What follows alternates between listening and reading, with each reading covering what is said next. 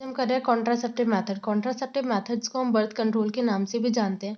Contraceptive methods वो होते हैं जो हमारी मदद करते हैं प्रिवेंट कराने में अनवांटेड प्रेगनेंसी से। आइडियल कॉन्ट्रासेप्टिव मेथड वो होगा जो यूजर फ्रेंडली होगा, इजीली अवेलेबल होगा मार्केट में, इफेक्टिव होगा और रिवर्सिबल होगा और इसके साइड इफेक्ट नहीं होंगे, और अगर साइड इफेक्ट होंगे भी तो बहुत कम होंगे। एक आइडियल कॉन्ट्रासेप्टिव मेथड वो होगा जो इंटरफेयर नहीं करेगा कपल की सेक्सुअल ड्राइव या फिर डिजायर से। कॉन्ट्रासेप्टिव मेथड्स को हमने ग्रुप कर रखा है फॉलोइंग कैटेगरी में। पहला आता है नेचुरल ऑब्लिक ट्रेडिशनल मेथड, दूसरा बैरियर मेथड, तीसरा आईयूडीज जिसको हम इंट्रा यूट्राइन डिवाइसेस के नाम से भी जानते हैं, चौथा ओरल कॉन्ट्रासेप्टिव्स, फिर इम्प्लांट्स, इंजेक्टेबल्स और सर्जिकल मेथड्स। नेचुरल मेथड्स, ये जो मेथड्स होते हैं अवॉइड करते हैं स्पर्म और ओवम की मीटिंग। इसमें हम सबसे पहले करेंगे पीरियोडिक एब्सटिनेंस। इस मेथड में जो कपल होता है अवॉइड करता है कॉइटस मतलब सेक्सुअल इंटरकोर्स। कब तक अवॉइड करता है? फीमेल की मेंस्ट्रुअल साइकिल के 10 से लेकर 17वें दिन तक अवॉइड करता है, क्योंकि इस समय ओव्यूलेशन हो सकता है जिससे प्रेगनेंसी हो सकती है। क्योंकि इस मेथड में किसी भी मेडिसिन और डिवाइस का इस्तेमाल नहीं किया गया, इसलिए जो इसके साइड इफेक्ट्स है वो ना के बराबर है, लेकिन इसके फेलियर के चांसेस बहुत ज़्यादा है।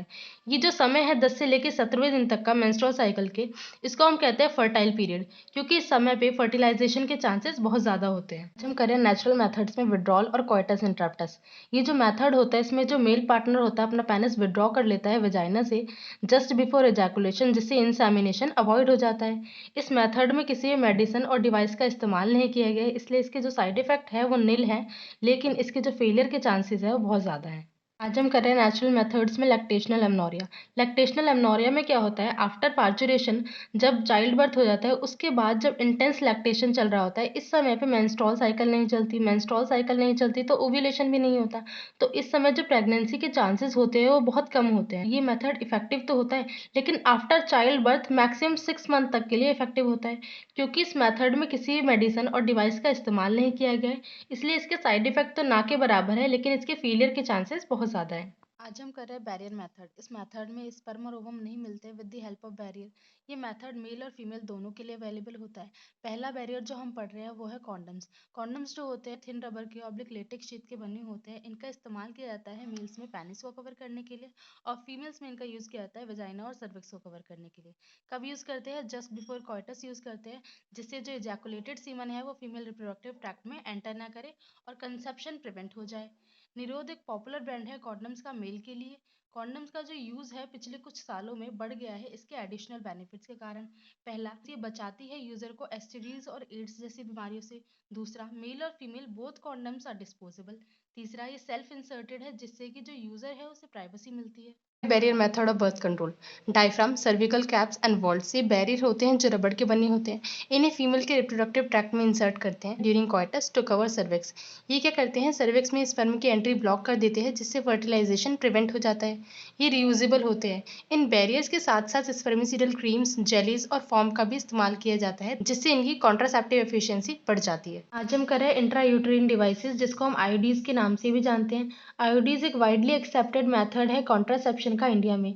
आईयूडीज जो है इफेक्टिव और पॉपुलर मेथड है कॉन्ट्रासेप्शन का। इसको इंसर्ट करती हैं डॉक्टर और एक्सपर्ट नर्सेज यूट्रस में थ्रू वेजाइना। आईयूडीज 3 तरह की होती है, copper releasing IUDs, hormone releasing IUDs और नॉन मेडिकेटेड आईयूडीज।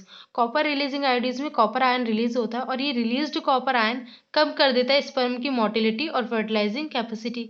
इसका एग्जाम्पल है कॉपर टी, कॉपर 7 मल्टीलोड 375। दूसरे होते हैं हार्मोन रिलीजिंग आईडीज। ये हार्मोन रिलीजिंग आईडीज यूट्रस को अनसुटेबल बना देती है इम्प्लांटेशन के लिए और सर्विक्स को भी अनफेवरेबल बना देती है स्पर्म के लिए। इसके एग्जाम्पल हैं प्रोजेस्टेसर्ट, LNG-20। तीसरी हमारी आती है नॉन मेडिकेटेड आयोडीज। ये नॉन मेडिकेटेड आयोडीज में क्या होता है, स्पर्म की फैगोसाइटोसिस बढ़ जाती है यूट्रस में। इसके एग्जाम्पल हैं लाइपीज लू। आयोडीज एक आइडियल मेथड है कॉन्ट्रासेप्शन का उन फीमेल्स की जो प्रेगनेंसी डिले करना चाहती हैं या फिर स्पेस करना चाहती है चिल्ड्रन में। Methods of birth control. Pills another method of birth control है। इसे ओरली लिया जाता है टैबलेट्स की फॉर्म में। इन टैबलेट्स के अंदर स्मॉल डोज होती है, प्रोजेस्ट्रोजन और एस्ट्रोजन का कॉम्बिनेशन होगा और या फिर सिर्फ प्रोजेस्ट्रोजन होगा।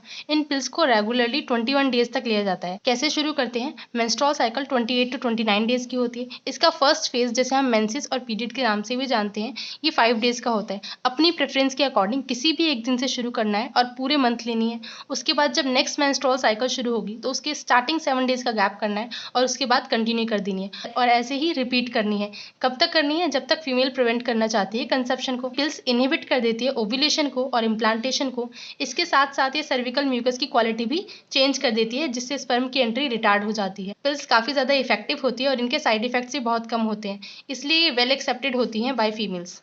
सहेली एक न्यू ओरल कॉन्ट्रासेप्टिव है फीमेल के लिए। ये एक नॉन स्टेरॉइडल प्रिपरेशन है और इसकी कॉन्ट्रासेप्टिव वैल्यू भी बहुत ज़्यादा होती है। ये एक वंस अ वीक पिल है, इसे हफ्ते में सिर्फ एक बार लेना होता है और इसके साइड इफेक्ट्स भी कम होते हैं। इसको डेवलप किया गया था CDRI लखनऊ इंडिया में। अब आप मुझे कमेंट सेक्शन में बताइएगा CDRI की फुल फॉर्म क्या है। प्रोजेस्ट्रोजन और या फिर प्रोजेस्ट्रोजन और एस्ट्रोजन का कॉम्बिनेशन फीमेल्स इंजेक्शन और इम्प्लांट्स की फॉर्म में लेती हैं स्किन के अंदर। ये पिल्स की तरह ही काम करता है और इसका इफेक्टिव पीरियड भी ज़्यादा होता है। प्रोजेस्ट्रोजन या फिर प्रोजेस्ट्रोजन और एस्ट्रोजन का कॉम्बिनेशन और या फिर आयोडीज, अगर इन्हें within 72 hour of coitus administrate कर लिया जाए तो ये इमरजेंसी कॉन्ट्रासेप्टिव की तरह काम करती हैं और अवॉइड कर देती हैं पॉसिबल प्रेगनेंसी। आज हम कर रहे हैं surgical method of birth control, जिसको हम स्टेरिलाइजेशन के नाम से भी जानते हैं। स्टेरिलाइजेशन इन मेल को हम वेसेक्टॉमी कहते हैं, स्टेरिलाइजेशन इन फीमेल को ट्यूबेक्टॉमी कहते हैं।